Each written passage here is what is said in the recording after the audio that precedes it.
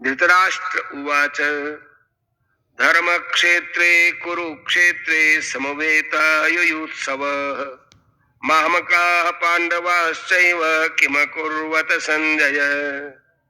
धृतराष्ट्र बोले, हे संजय, धर्मभूमि कुरुक्षेत्र में एकत्रित युद्ध की इच्छा वाले मेरे और पांडु के पुत्रों ने क्या किया? प्रश्न, कुरुक्षेत्र किस स्थान का नाम है और उसे धर्म क्षेत्र क्यों कहा जाता है?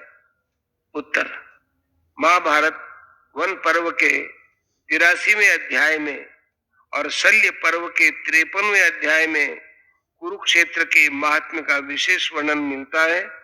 वहां इसे सरस्वती नदी के दक्षिण भाग और दृशतवती नदी के उत्तर भाग के मध्य में बतलाया गया है। कहते हैं इसकी लंबाई चौड़ाई 5-5 योजन थी। यह स्थान अंबाला से दक्षिण और दिल्ली से उत्तर की ओर है। इस समय में भी कुरुक्षेत्र नामक स्थान वही है। इसका नाम समंत पंचक भी है। शतपथ ब्राह्मण आदि शास्त्रों में कहा गया है कि यहाँ अग्नि, इंद्र, ब्रह्मा आदि देवताओं ने तप किया था।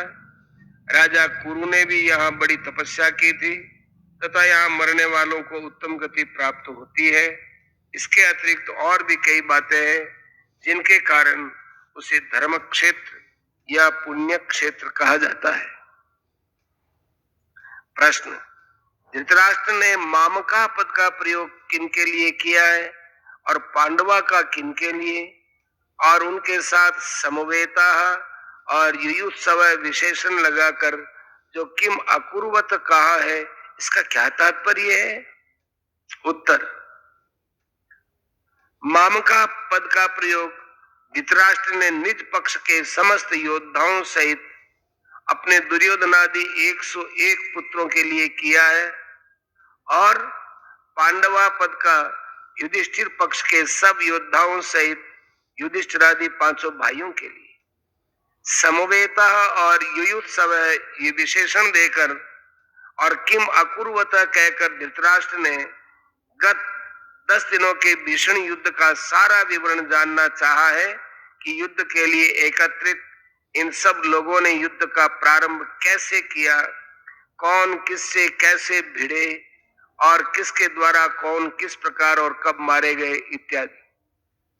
भीष्म पितामह के गिरने तक भीषण युद्ध का समाचार धृतराष्ट्र सुन ही चुके हैं, इसलिए उनके प्रश्न का यह तात्पर्य नहीं हो सकता कि उन्हें अभी युद्ध की कुछ भी खबर नहीं है और वे यह जानना चाहते हैं कि क्या धर्म क्षेत्र के प्रभाव से मेरे पुत्रों की बुद्धि सुधर गई और उन्होंने पांडवों का स्वत्व देकर युद्ध नहीं किया, अथवा क्या धर्मराज युधिष्ठिर ही धर्म क्षेत्र के प्रभाव से प्रभावित होकर युद्ध से निवृत्त हो गए, या अब तक दोनों सेनाएं खड़ी ही है, युद्ध हुआ ही नहीं, और यदि हुआ तो इसका क्या परिणाम हुआ, इत्यादि इत्यादि।